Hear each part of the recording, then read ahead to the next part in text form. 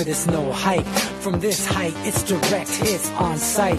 I'm your type, lend me your ears to show you that there's something in me. I'm not giving up, I'm standing right here, holding these days hostage. And I'll make this my year. We turning fear into love, and the love's in the air. I love doing this cause nothing compares. Nothing can share that same type of feeling when you feeling them flares. They can't catch it, it's havoc. I rip to a tear, switch the scenario. My stereos, I leave them impaired. Variables start to change and they're all in my range. I just gotta grab it, it's all mathematics. Every step is drastic, I make it fantastic. I'm trying to take your breath away.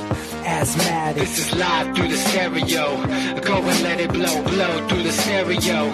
I'ma let them know through the stereo. Yo, here we go through the stereo, stereo. This is live through the stereo. Go and let it blow, blow through the stereo. I'ma let them know through the stereo. Yo, here we go through the stereo, stereo. Yeah, just nod your head with it, so explicit and vivid. Every image is intricate, intimate. I put my all into it, no scrimmage and no rules. I'm a pro tool, hear my heartbeat, beat into the vocals. I'm so loco, lost my mind, oh no. It's Ponderoso, dope, so no overdose, cause it's dope, yo. Man, this is house grown, mixed with some milestones. So I let the style flow down like the Dow Jones, bringing it with some foul tones, letting the crowd know we getting loud, so it's eardrum rudiments. Yeah, we bring it rude again. Move, little hooligan. Music for tuning in, full time to the 10. I'm on my clock like I told you. I'm doing this for dreams we pursuing. Hey everybody, welcome back to the Anti-Media Radio. Once again with your host Nick Burnaby here on ucy.tv and the antimedia.org/radio. Really happy to be back. It's Wednesday, August 2nd. Welcome to the month of August. The weather here in San Diego has been not its usual amazing sunny self. We normally get this gloomy weather through May and June, and then it's like the nicest summer anywhere in the country usually. But I guess El Nino and who knows what else is driving this, climate change, I don't know. But we've had like no summer, and now it's like humid as hell and raining and stuff. It's like, what the hell is going on? We're not in the deep south, we're in the dry west where it's supposed to be nice and temperate. Anyway, so I'm sweating like crazy right here. Normally we're like spoiled with this nice cool weather where it's like 70 degrees every day. And it's like hot and humid, so I'm like kind of sweating my ass off here in the studio. Maybe that's too much information. But, it's just what's going on with me. August 2nd, you guys excited for this eclipse that's coming up? It's supposed to be a pretty good one if you're close enough to it. I guess you could probably see it from all around the country, but, there's like a stripe across the U.S. where you can see it like really well. Or it'll be a complete eclipse. So that's pretty interesting. We also have apparently the brightest, most visible meteor shower in the history of mankind is coming up. So that should be interesting as well. I may try to get out into the hillsides here outside of San Diego and go try to get a glimpse of that. Because you know what? It's important to enjoy ourselves, especially in the midst of this stupid, ridiculous political climate where, I know a lot of my family members and friends who are actual Democrats are like totally freaked out right now because they think Donald Trump is literally Hitler. You got a lot of other people on the other end of the spectrum that are just really discombobulated and not knowing what's going on. Donald Trump's campaign is so chaotic. It's probably stressful for the average, quote unquote informed person, the average American that watches the news every night, that thinks they know what's going on and pays close attention, probably votes every election. They're probably freaking out right now They're probably like really worried about stuff. And, you know, I know us, you know, we dig deep into this stuff, into the deeper issues, the oligarchy, the deep state, you know, the foreign policy, the truth about the foreign policy. So for us, I guess it's not such a big shocker. I know for me, I'm not freaking out about Donald Trump because I don't see much different from him, between him and Obama, really, when it comes deep down to the deep policies, when it comes to supporting Saudi Arabia, when it comes to continuing the war in Syria, when it comes to Yemen, the Middle East, Israel, NATO, Russia, all that stuff is basically the same. The continued rise of tensions with China, who's quickly becoming the strongest country in the world, that's passing us up, you know, by the day. Not much has really changed on that front. All that's really changed, I guess, is the delivery of it. And in fact, these guys are probably able to pull off a little bit more stuff under Trump just because he's distracting everybody with all these PR stunts. You know, they're negative PR stunts, but they're PR stunts. And everyone's talking about, oh, Scaramucci is fired, the mooch is done, you know, and it's like, oh, Trump's can't keep his people in his campaign for more than 10 days. And yeah, it is pretty hilarious that Trump's entire, you know, cabinet is in disarray. Seeing the government at a mini civil war with itself is, in some weird way, it's kind of satisfying because, you know, we've been criticizing the government for so long.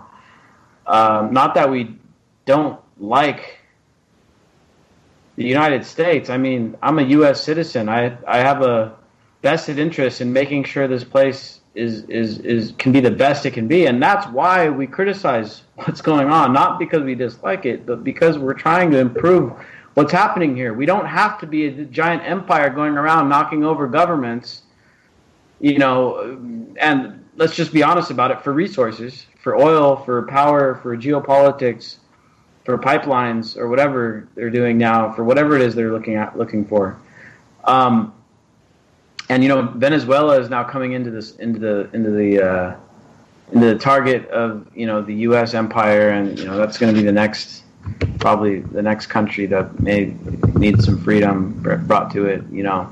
So these are all things that we got to be aware of in the midst of all these other distractions going on with Donald Trump, because they distract you with this superficial, headline-grabbing crap. It's not policy.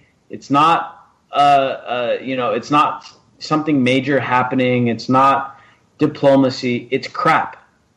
It's tabloid, reality TV crap. And maybe that's the role that Trump is going to play. I mean, look at him. He's a reality TV star. He was all those years on NBC telling people they're fired, and now he's going through people in his cabinet firing people left and right. I mean, it's this just ironic phenomenon that's happening with Trump. And I think the people who voted for him, I don't know what they're thinking. I know a lot of them, people just don't want to talk about it anymore because I guess they're embarrassed. They're embarrassed that they thought, you know, Trump was going to do this and Trump was going to do that. I'll tell you what Trump did. Trump today signed a bill into law that he openly said, this is unconstitutional and it's deeply flawed. These are his words.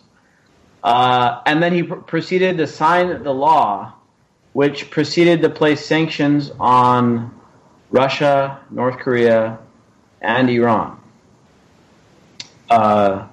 And, you know, these are things that the president is supposed to call the shots on, and Congress is now taking the reins. And so, you know, Congress hasn't moved on the authorization of the use of force, which is actually something Congress is supposed to be doing, so they can say, hey, Trump, you can't just go around bombing countries anymore like you did to Syria. You know, you can't go around bombing the Syrian government, because Congress is supposed to have that power.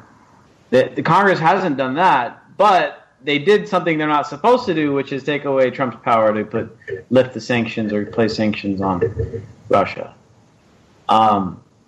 And of course, a lot of people who voted for Trump thought that Trump was going to improve relations with Russia. That's not going to happen.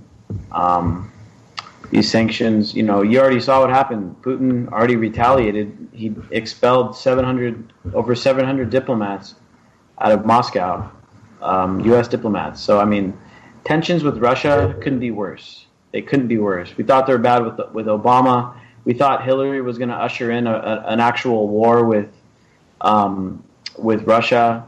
We thought Trump was not going to do that, but it doesn't matter. It didn't matter because it's not Trump, it's not Hillary, it's not Obama really that's doing this. It's the military-industrial complex. It's the deep state. It's the people who really want to have these wars. It doesn't even matter that Trump didn't want to do it. He had to do it anyway. They figured out a way to make him do it anyway. And, I mean, look at it. This whole bill was pitched as a Russian sanctions bill. If Trump would have said, no, I'm not going to sign it, I'm going to veto it, well, come on, dude. They would have started the impeachment proceedings. That's what would have happened. And then we would have been stuck with Pence. So, I mean, it's just like, I guess the moral of the story is that we're not in a win-win situation. We're in a lose-lose situation. Doesn't matter if Clinton would have won. Doesn't really matter if Trump won. The deep state, we're going to do what they wanted to do anyway. And the problem is, and the reason why we can't stop them at the moment is because people keep putting stock in voting. People keep thinking, well, if we vote for Trump, we could lower the tensions with Russia. We won't have to fight them. No, that's not the case. You were wrong. If you thought that, you were wrong. Everything is proceeding as was proceeding during Obama. And everything would be going pretty much similar to what would have been going on under Hillary Clinton. The only difference is that Clinton would have been delivering all this stuff in a much more palatable way. What Trump is doing is not palatable. You're just not knowing he's doing it because you're distracted by his tweets and by him firing people every day. So it's, one way or the other, this was going to happen, whether you wanted to swallow the pill nice and smooth or do you want to be not knowing that you're swallowing the pill, pick your poison. And so, going to these federal elections, trying to vote for a president, hoping that that's going to be what changes things. Sorry, but that's not what's going to happen. It doesn't work. It doesn't. I'm not saying not to go voting in your local elections. I'm not even saying, don't vote at all. But all I'm saying is let's not place our activist energies.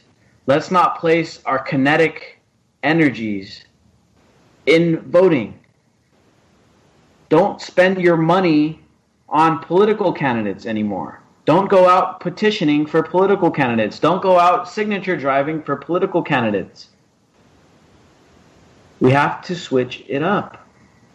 And this is why we like talking about agorism and counter-economics, redirecting your money and resources to your local community, building up the institutions who we don't want to rely any longer on government for, including healthcare. That should be our way of activism in the future, non-political. We don't need to be going and trying to get control of a political party or trying to get somebody at the head of a political party. These guys who elected Trump thought he was going to shake things up with the Republicans, and it's as if George Bush is running his foreign policy. Might as well. It's not. Nothing has changed. He just passed the budget today. Sorry, not today, but Trump recently signed the budget that raised spending. Trump is increasing spending.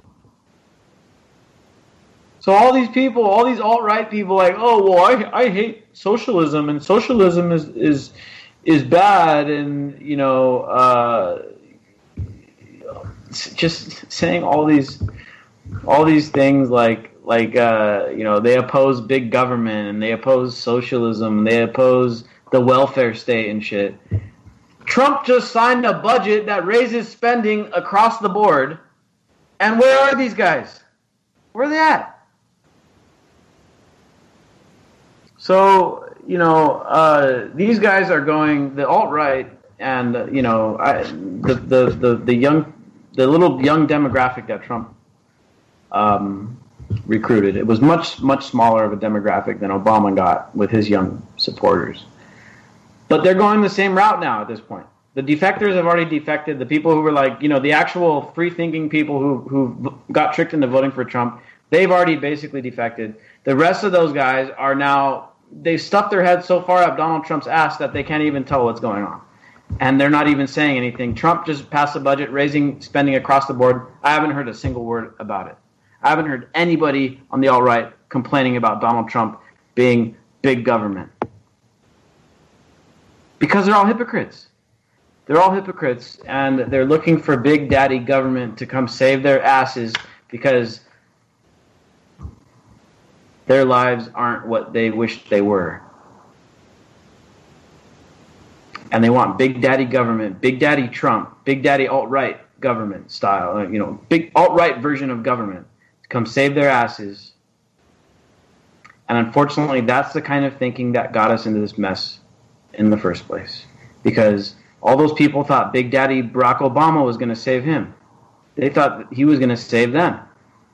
They thought Obama was going to come in and end all the wars, and they elected him, and they sat around on their couches on the sidelines, and they didn't tell Obama, hey, dude, I thought you were going to do this, I thought you were going to do that. They said, hey, don't criticize Obama. He's doing the best he can. The Republicans are getting in his way. Just leave him alone. And now these poor, misled, gullible people who are now doing the same thing for Donald Trump. They sound identical. And the hilarious part is they think they're so different. They think they're so different. What is Donald Trump doing differently than Obama, other than from a PR standpoint? He hasn't repealed Obamacare. He continued the war in Syria. He's still continuing the brinkmanship with Russia and China and North Korea, just like Obama was doing. Trump hasn't really done shit differently. In fact, dude, Trump deported less people in his first 100 days than Barack Obama did. I just found that statistic out the other day. I mean, they're like twins. They're like twins, and yet their supporters, now all of a sudden the Obama deported, I got to pull up the number to be completely accurate, but I think it was 6 million people. I'm going to pull it up, but it was either 3 or 6. Obama deported a lot of people, right? Where were the Democrats on the left? Now, I'm not talking about immigration activists. I'm not talking about the true left. I'm talking about Democrats that consider themselves liberals. Where were they when Obama was deporting millions and millions of people? They weren't anywhere to be heard from. But now that Trump's in office, who, by the way, I mean, of course, there's plenty of reports of ICE being bigger dickheads than they were before. Those are true. I've experienced it firsthand. But the actual raw numbers of people being deported are at a lower rate, a lower pace under Trump. But now those same people who said, hey, leave Obama alone, he's just, he's doing the best he can. Now those same people are like, I can't believe Donald Trump, he's deporting people. This is ridiculous. It's unacceptable. This is Nazi Germany. I don't disagree that it's unacceptable. I don't disagree that this is ridiculous. But where were you guys? Where is the consistency? That's what we need. We need consistency. Where are the alt-right guys that are saying, oh, we want small government and stuff, and Trump's passing a bigger budget? They're not anywhere to be found. They're nowhere to be found. Where are the alt-right people who said, yeah, we shouldn't try to start a war with Russia. We shouldn't be in the Middle East, nation building. Where are they when Trump raised up the number of civilians getting killed every month over Obama's numbers? Where were they? Nowhere to be found. This is a problem. Bunch of hypocrites. Nobody's got consistency. The few people that do have consistency, we're the minority. We're outnumbered by the tribalism, the sheep out there that are just running around with their heads cut off now that Trump's in office on both sides of the aisle.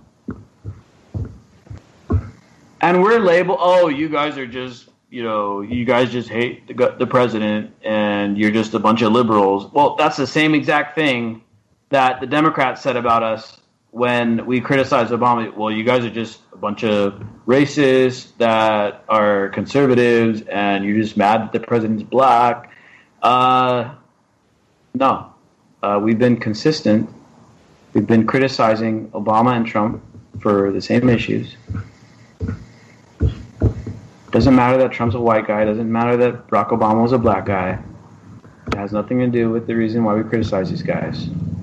We criticize them because they're just tools. They're tools of the deep state. They're tools of the military-industrial complex.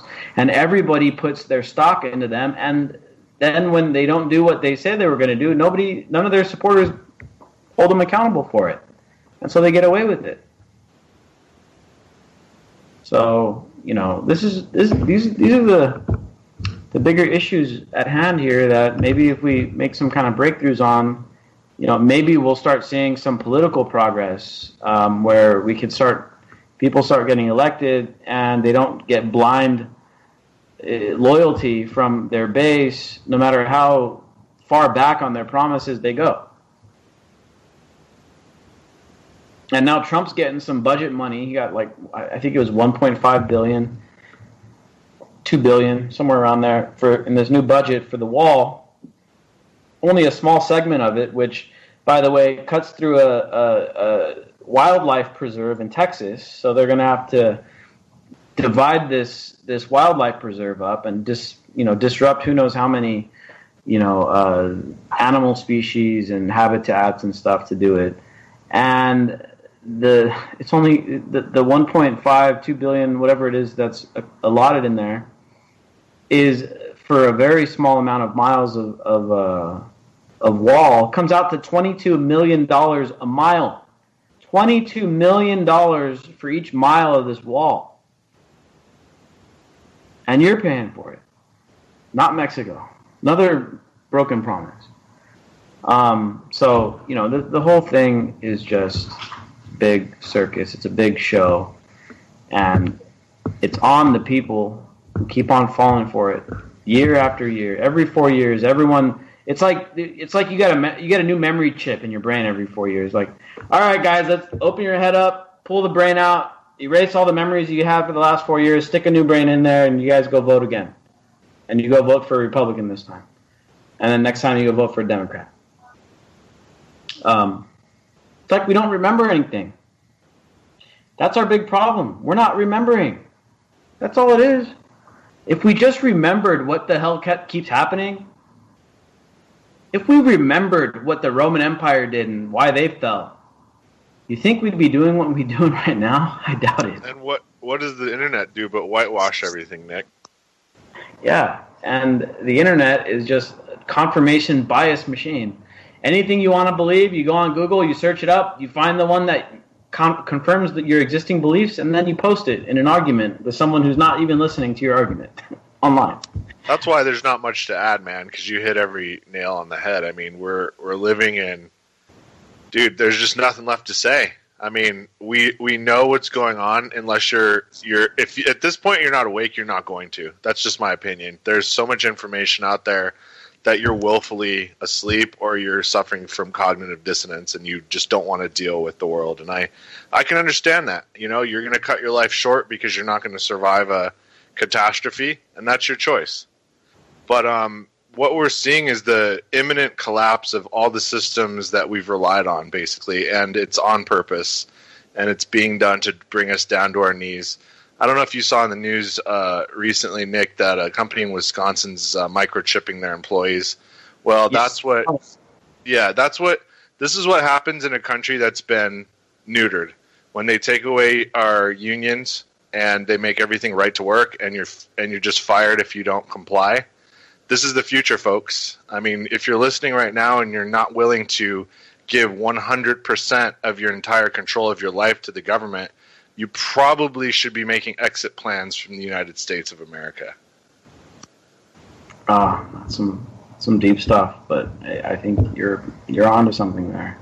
I know I've been on I'll tell you what. I'm holding out hope that we can get some secession movements going. I know it's a far-fetched idea, but that still takes violence, though, Nick. I think anybody that thinks California is just going to be able to secede and the rest of the U.S. and the satanic government that runs it wouldn't take that as a opportunity to do a little bit of pre-depop, you're very naive. They would definitely send in the full military against California. The only state that legally can secede is Texas. So if the U.S. fought Texas, I think the rest of the world would probably just declare war on the U.S. because they'd realize how insane they were. But California is a little bit different. I think they might be able to get away with taking it back. Freedom and democracy for the United States if they went against Texas. Well, it's just because there's a legal framework, and I think what we all understand is the only law these people actually follow is laws on paper between themselves, meaning the upper echelons do follow contracts because their word is bond. But at a lower level, yeah, they could care less, man. So that's my longtime co-host, DB Schwartz. Sorry I didn't get to introducing you, man. I had a... Well, you went on a rager to begin, and honestly, I was just listening because you're spot on. I mean, we never supported Obama. We don't support Trump. We don't support politicians because you can't. If you're a free-thinking person, you don't want somebody to be able to tell other people what to do. We want to come to a consensus societally in small communities. And if we can't get to that point, we're going to have another big war. Those are our two options. Yeah. Decentralize or a huge freaking war. And even if you do support a politician or a group of politicians, if you support a politician, you should be their biggest critic because you want them to know what you're thinking. You want to hold their feet to the fire so they do what you thought or what they said they were going to do. You don't say, hey, don't just leave them alone, ignore what they're doing, and only attack the opposition. No. You have to keep your own people accountable. That's the only way to keep them accountable because they don't listen to the opposition because the opposition's against them no matter what. Except for when it comes to passing sanctions against Russia. 99% of the Congress agreed on that. In fact, you guys are going to get a kick out of this. The only two senators to vote against the Russian sanctions was actually Bernie Sanders and Rand Paul. So, that tells you something. Those are probably two of the only good senators in the whole Senate. Maybe there's a few more, I don't know, but I don't follow the Senate very closely. But I know those. Yeah, the Senate. The Senate's a lost cause. You know what I mean? Yeah. The Senate's a lost cause. That's like that. I mean, historically, and I'm sure it's still very much the case. The senators used to be basically cousins of the king. Or historically they were all interrelated to the royalty, and they were the kings of the states. If you look up how the original 13 colonies were set up, so it's still that way, man. I mean, I would say at least half the senators are related directly to the line of succession up, presidents, vice. I mean, they're all cousins, dude. They're all related to King Edward or John or whatever. Yeah. Also joining us tonight is our awesome journalist, Jake Anderson. What's up, Jake? Hey, not much. So, you hanging there, man? I hear it's super hot up there in Portland. Yeah, it was like 105 air today. Ridiculous. That's normal. It was hotter here than Palm Springs desert. Yeah, I mean, I don't know. It was the same last year when I first got here. There's definitely heat waves in the summer, but I mean... And snow in the winter, right, Jake? Yeah, there was some ice this year. I mean, I don't want to blame it on climate change because there's, fluctuation. There's always been fluctuations in weather, but I mean, I think we're going to start seeing some really vicious storm seasons like hurricanes, and that's the only time the some of these rich elite people, that's when they'll take notice, is when some of their summer homes start getting, knocked down. Maybe, I don't know. Their heads are so far up their asses, I don't think there's anything that can be done with them. But Nick, you're right, though. The internet is the ultimate confirmation bias tool. I've actually, just as a experiment, I've just, if you take any subject, take any statement that you can imagine, and Google it, and you'll have plenty of good sources, and then do the exact opposite statement, add the word not, and you can get your own complete set of alternate facts on that. And no one does their own research. No one does their own...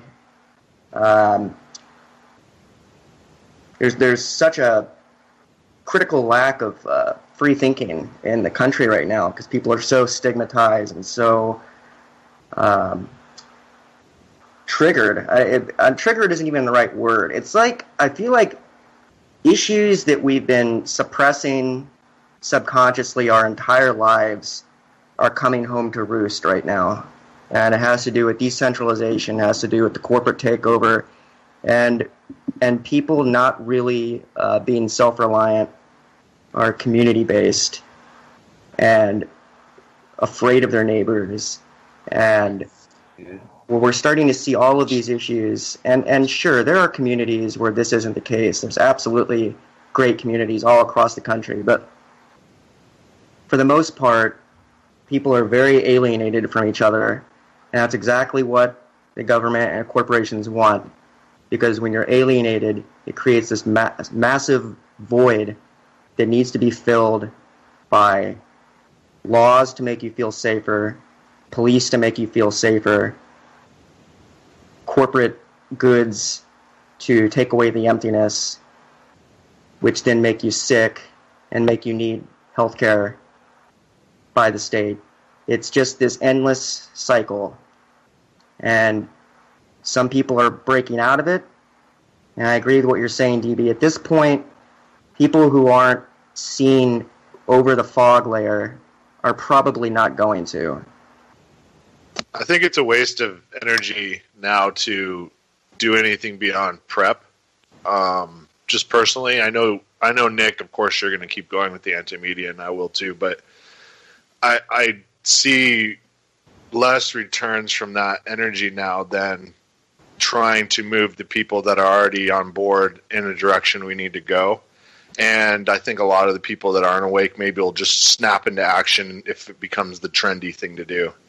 I mean, that's really the only thing I could think, because I'm still seeing people go to work, driving cars that use gas, paying taxes to a government that's going to use them to kill people, and going about life like everything's okay with no health care, no college, and no future. And I don't know how long that can go. I mean, once the boomers are dead, the tax base is gone. And I don't know what our country holds, except I think you're right, Nick. I think we're going to break apart, and I think it's going to be pretty brutal. Yeah, I think one of the things going on, and Jake brought this up, kind of made me think about something, is, you know, at least for us at our age, and I know a lot of our listeners are around the same age too, but let's just generally say the millennial generation, right? At our age, a lot of our parents were already like well on their way to being in the middle class. They owned a home, they had a family going, they were everything was kind of okay. Cost of living was under control. Housing prices were pretty affordable. They can get decent jobs. They weren't in a lot of debt. That can't be said about us. You know, like the average person who has gone to college has a good amount of debt. They have a job that's maybe okay, but it's not like, oh, cool, like I'm on my way to being in the middle class now. Many of us don't have children, or are unmarried. We are not in the middle class. Unlike our parents before, it's like we are the first generation to be worse off, and that's now starting to become a consensus.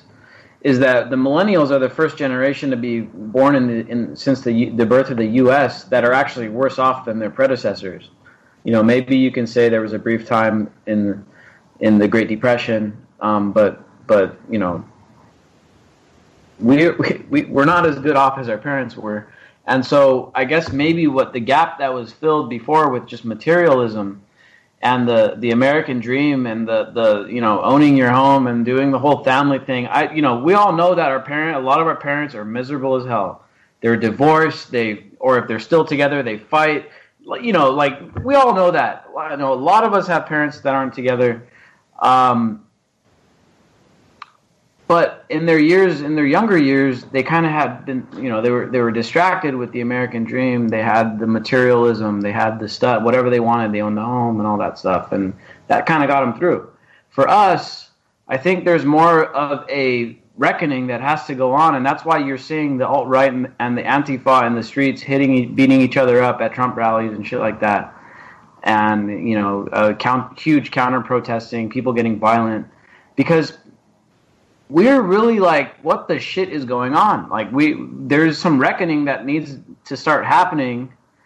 Otherwise, us young people, like you said, dude, like, it's just, there's not much that we can do.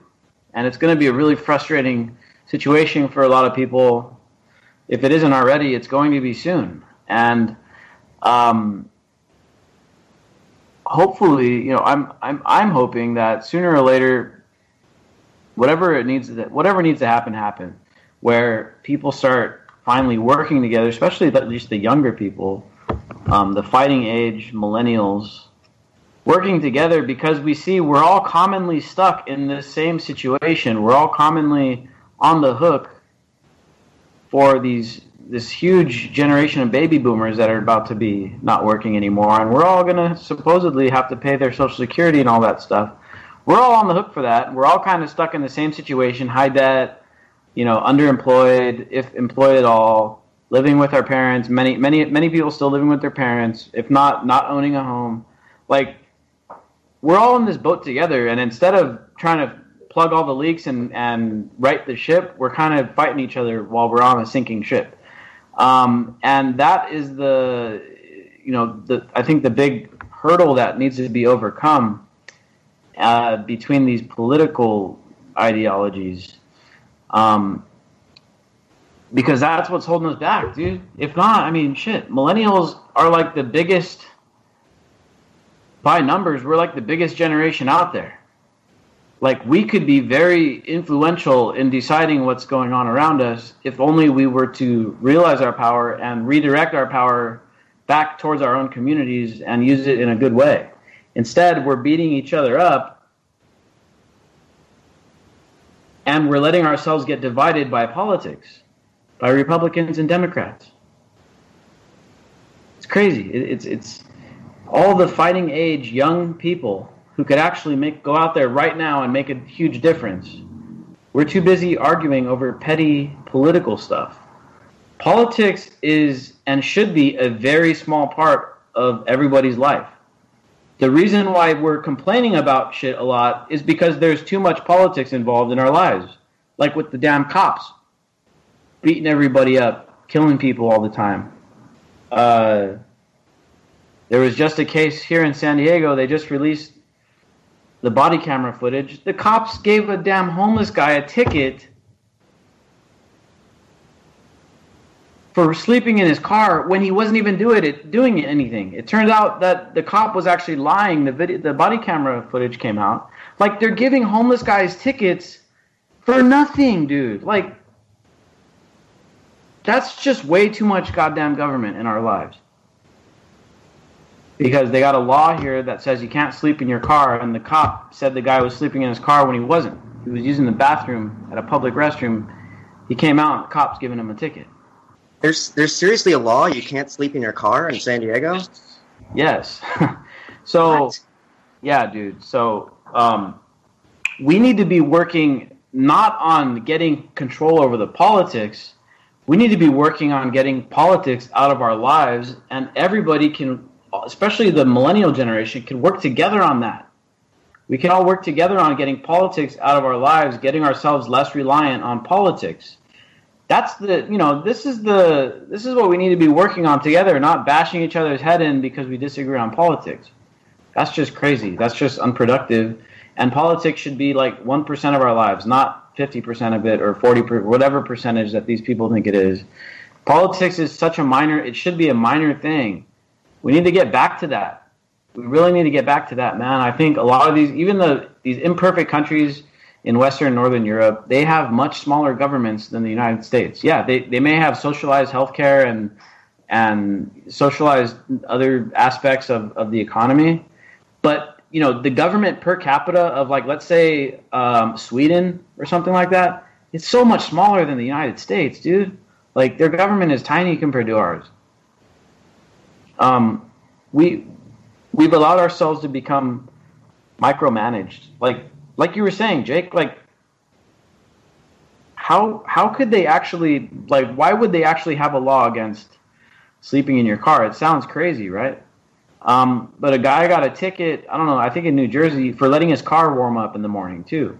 Like, they've micromanaged every little aspect of our lives so much that it's almost unbelievable. It's so ridiculous. But yeah, they're giving this guy a ticket for not sleeping in his car, apparently. A lady a family's dog got killed by the cops the other day because the guy said their boat was parked wrong. Keep in mind, he was a school resource officer too. He comes into their yard to go tell them to move to fix their boat parked on their own lakefront property because it's parked wrong. He goes into their yard, the dog comes running out, and he kills their dog for parking their damn boat wrong. Like, this is the pettiness. This is the ridiculous shit that is now getting people and animals killed.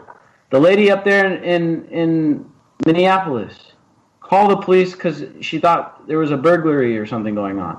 She comes outside, they kill her. How has it gotten to this point? And we're not, we can't even agree on what to do about it. How has it gotten to this point? It's gotten so bad, we're not even agreeing on what's going to happen. And you know what?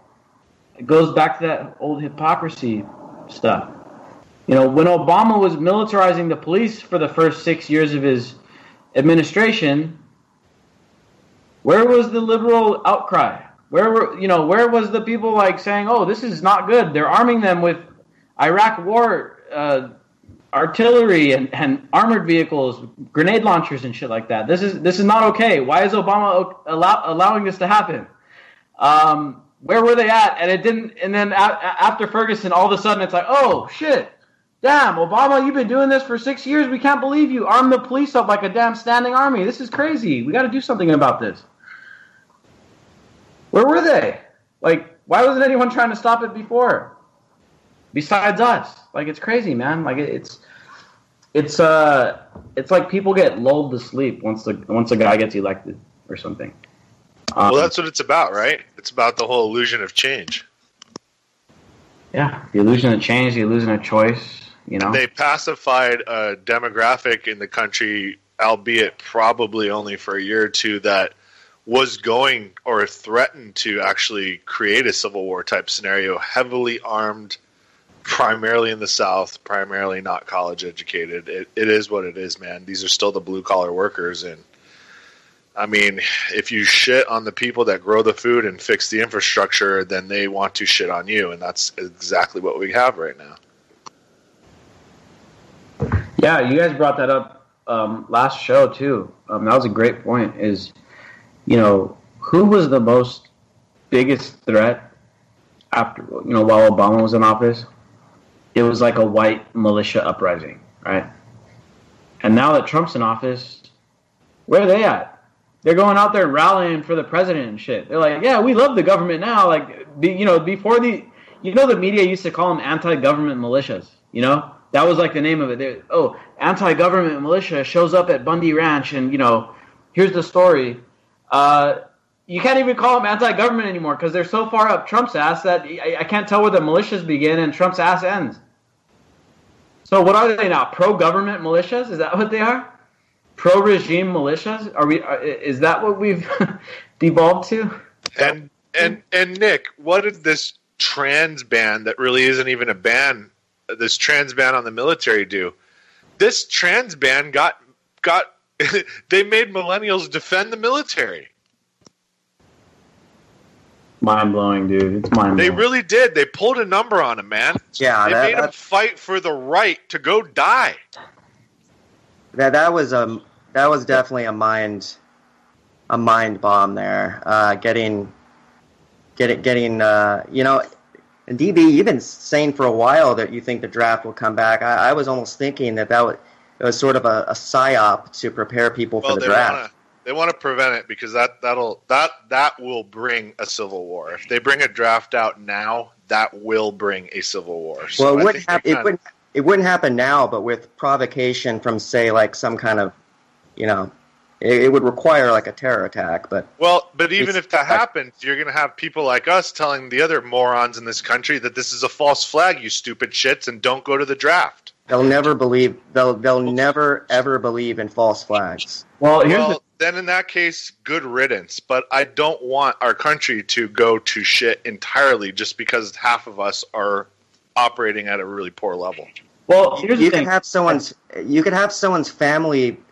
You could have had liberals' families be kidnapped personally by Obama and watched Obama personally kill their families, and they still wouldn't believe in false flags. Yeah, dude. No, well, here's the thing.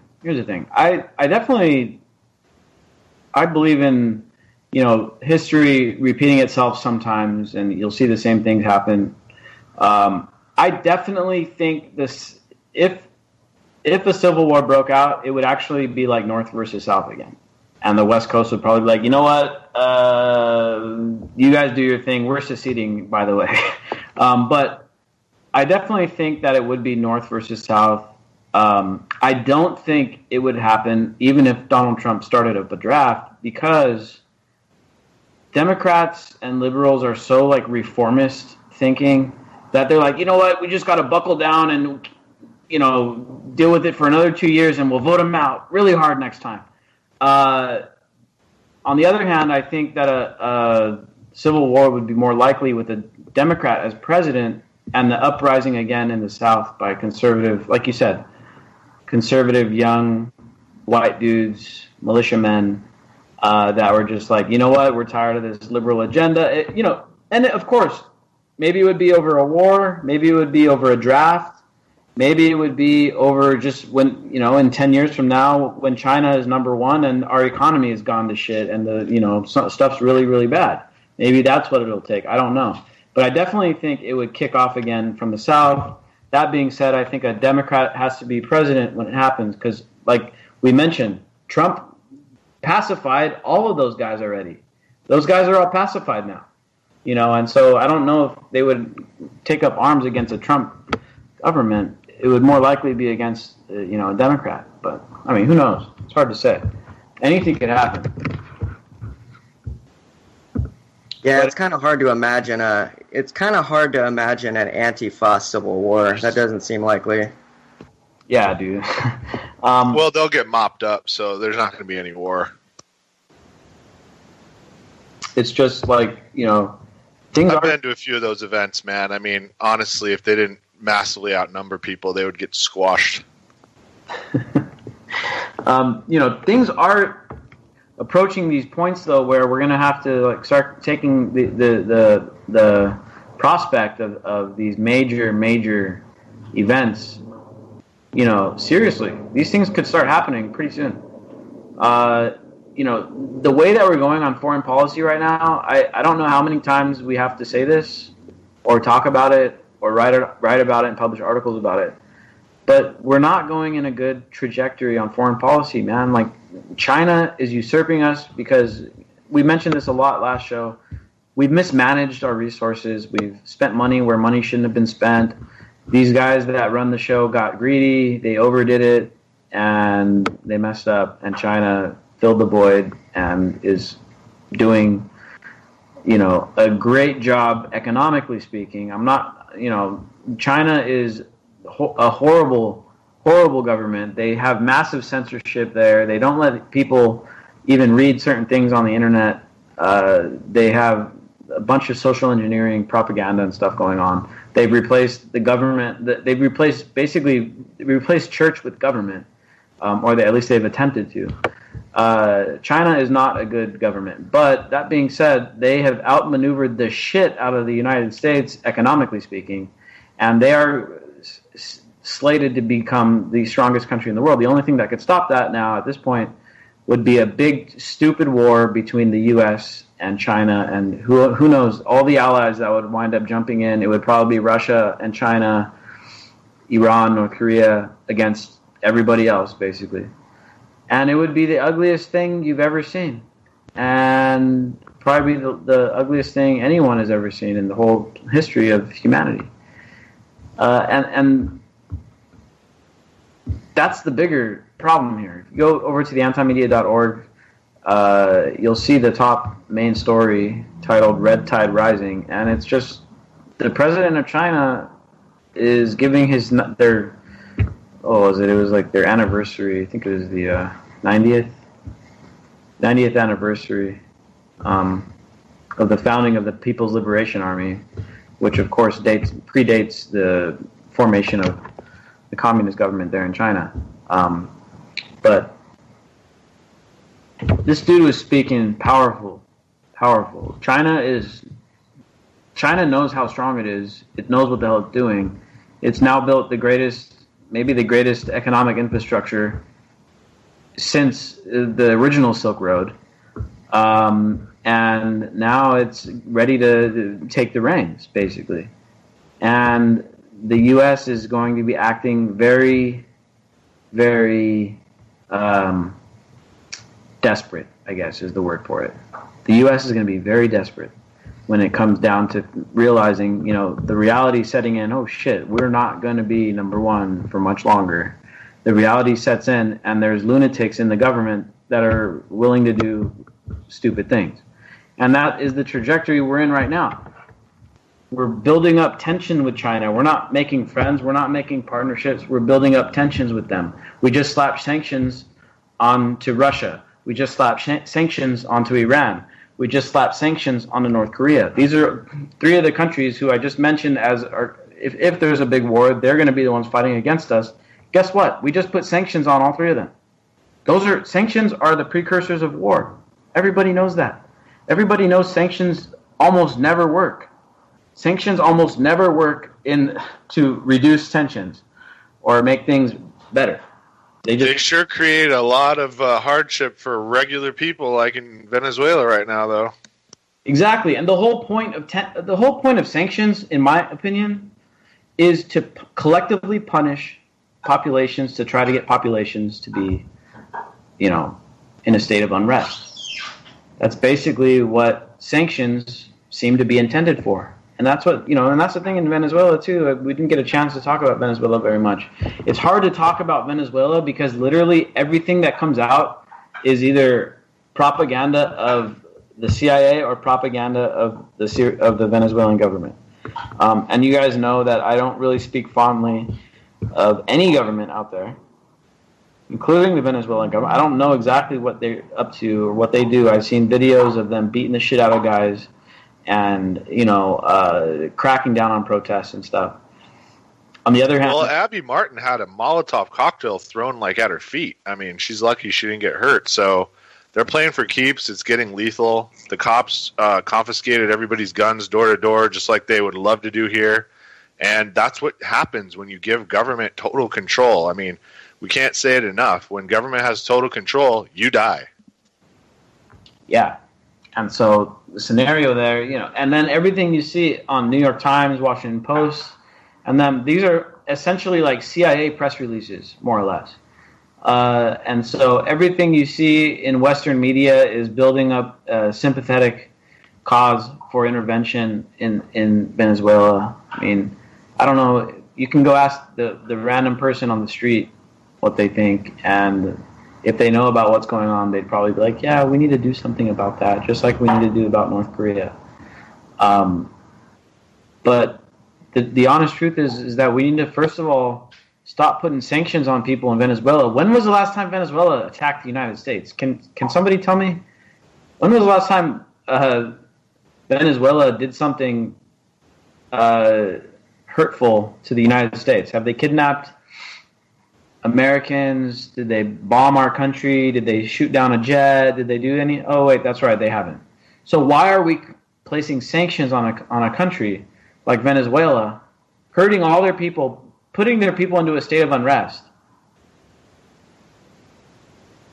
while at the same time, like, it's fine that Israel bombs out these neighborhoods in Palestine, and it's fine that right now Saudi Arabia, you guys probably haven't even heard of this. Saudi Arabia is basically committing a genocide within its own borders in a city that's mostly Shia, which is the minority sect of Islam in Saudi Arabia. They're basically telling everyone in a city that is dominated by this other form of Islam that they either have to leave or they're all going to die. And they're already bombing this city out. They're bombing their own city. Why isn't this big news? Why are we talking about Venezuela? Oh, Venezuela, the United States needs to intervene in Venezuela. The elections aren't fair. We're literally selling arms and supporting Saudi Arabia, who is currently actively bombing its own people for being a different religion. So that's the thing to keep in mind. Venezuelan government sucks horribly. Mismanagement, huge government. The government took over control of all forms of economy, most forms of economy in the country. Terrible. Every government sucks except for Bolivia, Paraguay, and Iceland, and that's it. And the United States should not be making the situation worse for the poor people of Venezuela. They're already having trouble. Why are we putting sanctions? Why are we not letting goods flow into the country? So, they haven't done anything to us. So it's just dumb what we're doing over there. Obviously, they have a huge oil reserves and stuff. That's obvious. The obvious reason why we're meddling in their internal affairs. That's what we're doing. That's why.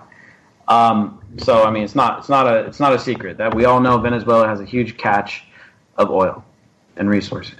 Huge, biggest I think outside of the United States. Maybe it's in the top 5. I'm not sure, but it's really big. So that's what we're doing there, and we're just making a bad situation much, much worse. We need to let the people of Venezuela sort it out on their own. And you know what? I wouldn't be surprised if the U.S. started sending arms, if they aren't already covertly sending arms in. I wouldn't be surprised if the U.S. started sending arms into the opposition in Venezuela and start up a civil war over there, just like we did in Syria. This is what we do and what we've done over so many times over. So, unless we're being honest, unless we say, you know what, we're sending our army down to Venezuela, we're invading their country, and we're taking their shit, we're taking their oil. If they actually came out and said it like that and did it like that, we could probably actually do it and say, you know what, we're not hiding the fact we're an empire anymore. We're just going to take your shit. That would probably work. But sending arms in and just covertly arming the opposition and fueling a civil war, that's not going to work, and it's just going to wind up with a bunch of dead people. And that's the worst case scenario. So we need to just get out. Get out of Venezuela. Don't involve ourselves. Release the sanctions. Let the people down there sort it out. And that's it. It's pretty simple. Let people self-determine what their futures are going to be. Not have the United States dictate it for them. Yep, that's how we get that, $798 billion budget, people, because we play God around the world without anything you can do about it. All around the world, acting like we know what's best for everybody else. Maybe socialism is better for people in Venezuela. I don't know. Maybe that's the best way to do it down there. Maybe they care about each other. Maybe they don't mind all living middle class with no super wealthy. Yeah, I mean, maybe that's what they want to do. Let them do it. It's none of our business. They're not hurting us. Venezuela has nothing to do with I'm on my clock like I told you. I'm doing this for dreams we pursuing. But call it a reality, cause there's no illusion. This is live through the stereo. Go and let it blow through the stereo. I'ma let them know through the stereo. Yo, here we go through the stereo. This is live through the stereo. Go and let it blow through the stereo. I'ma let them know through the stereo. Yo, here we go